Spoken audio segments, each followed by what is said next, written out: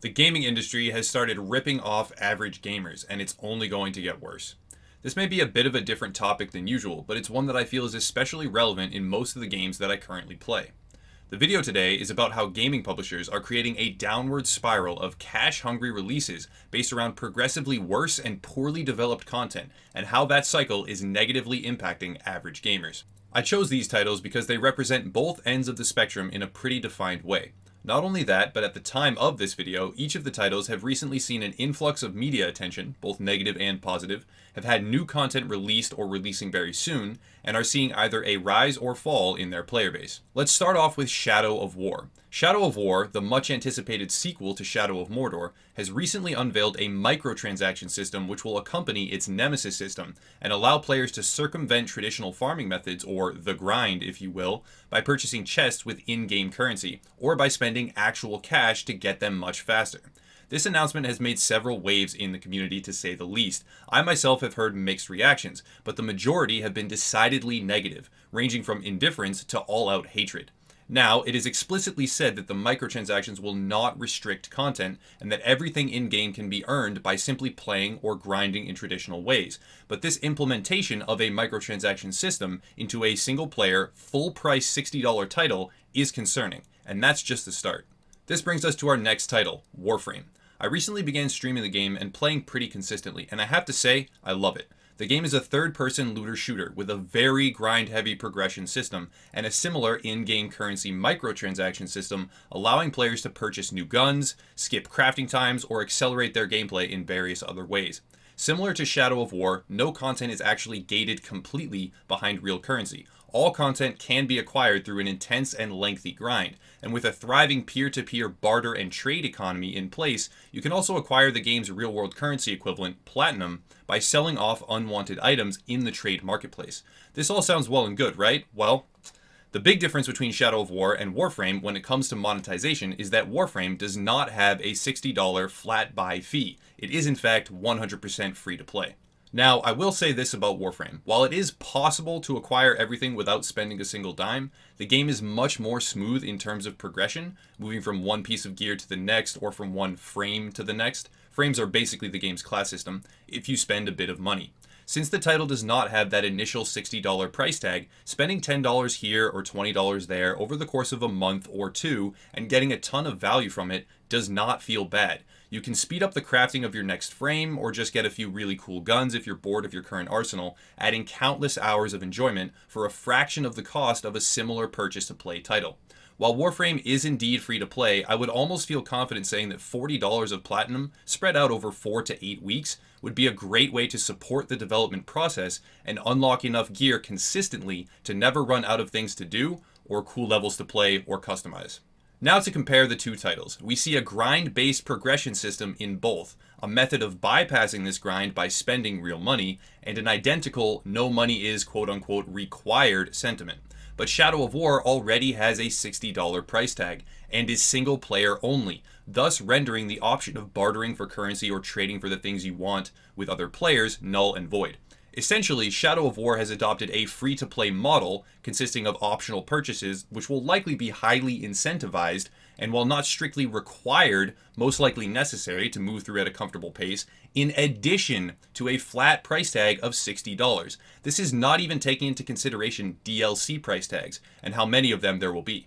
This is pure speculation, but applying my own philosophy of Warframe to Shadow of War, I expect to pay about $100+ easily to both get the game at launch and then progress through fully. I don't consider myself a hardcore completionist, but I like to do most of what a game has to offer and to do so at a reasonable pace. Now moving on, we have The Division, an old favorite of my channel and the live streams. A game that has been controversial and unstable to say the very least. Over the past months, there has been a progression seen in the game, one that is worrisome, reeks of corporate greed, and underlines the trend that has been brewing for a long time in the gaming industry as a whole and is now coming to fruition.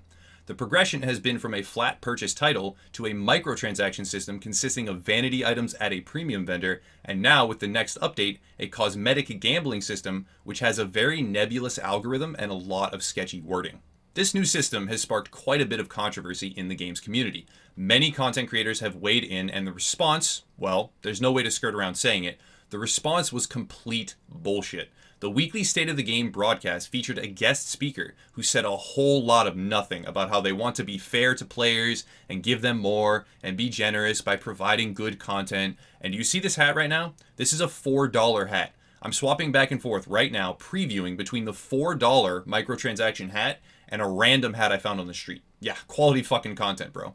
Now the easy response is to say, well, if you don't like the hat, don't buy it. And you're right.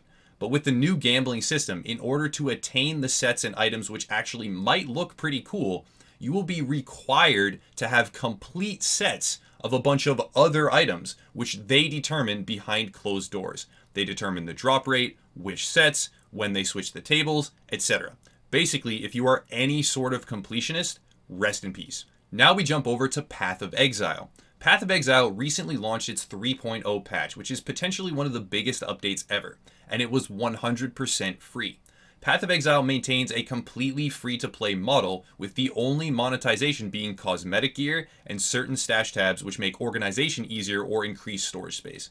Arguably, you should have a couple of those to have the best experience, but again, you don't need them. You absolutely do not need them.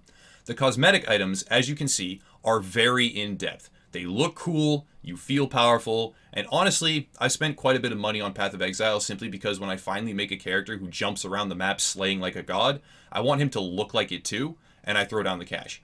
Also, since all the actual gameplay content is free, I can support at my own speed. When I have the money, there is no DLC to pay for. There's no flat game purchase fee, and since they have consistently and reliably put out great content supporting GGG, Grinding Gear Games, they're the creators of Path of Exile, when I have the ability to, just sort of feels right. Comparing the two games again, we see parallels. The Division, $60 at launch, has had 3 different paid DLC releases, and is now adopting a free-to-play model of monetization, while not being a free-to-play game. Path of Exile, on the flip side, has a sound, effective, and enduring payment model that allows them to produce extensive, free-to-play updates and expansions with effective development and a stable platform to further grow. The Division is now attaching a half-assed microtransaction system on top of a half-assed vanity system, and if I have any clue about the game's future, this is just the start. I guarantee you that before long you will be able to circumvent the grinding process and acquire in-game credits by spending real-world money. The player base is adamantly against this trend, with over 2/3 of players voting strongly against it in various polls and surveys conducted both in our community and by various other creators. In the end, it has become pretty obvious that more and more publishers are moving from a paid release model to a paid release and incentivized microtransaction model. There are various figures that can be cited about revenue percentages and how it is a lower maintenance structure yielding increased profits, whereas paid release only games are a much higher development cost and have far less monetization longevity, but the end verdict is that the industry standard has now shifted to something that can cost gamers far more money and has less accountability for quality content. In the past, if a game was bad, if it got bad reviews, people stopped buying it. They had to make it good so it would sell. Now, everyone pre-orders, which is a whole different can of worms in and of itself, and I'll make a video on that someday in the future. But companies slowly bottleneck the content after everyone has pre-ordered it and has the game, not fully gating it, but choking the progression slowly till gamers fork over some cash to make it comfortable again. In a free-to-play game, that's totally fine. In a $60 paid release title with DLC price tags as well, that's not fine. That's going to wrap it up for this video pretty much. If you like the content, please share it around and drop a like. I doubt that it will have a tangible impact on the trend, but this kind of thing is going to keep happening worse and worse until something changes. And the more it happens, the worse it is for the average gamer. If you want to support, please check out the links below. We have a limited edition shirt running right now, as you can see on screen, and we have the Upper Echelon forums at upperechelon.gg. The link is below, again in the description, and we have sub-forums for a ton of different games, with gaming news and additional merch coming soon. As always, guys, thank you for watching, and let me know in the comments below if this is the type of video that you'd like to see me producing more often. I'm kind of in a stage where I'm figuring out what I want to do with the channel in the future. I do live stream on Twitch, so check it out in the link down below again. But yeah, I'm kind of determining what I would like to do from here on out. Thank you for watching. As always, have a nice night.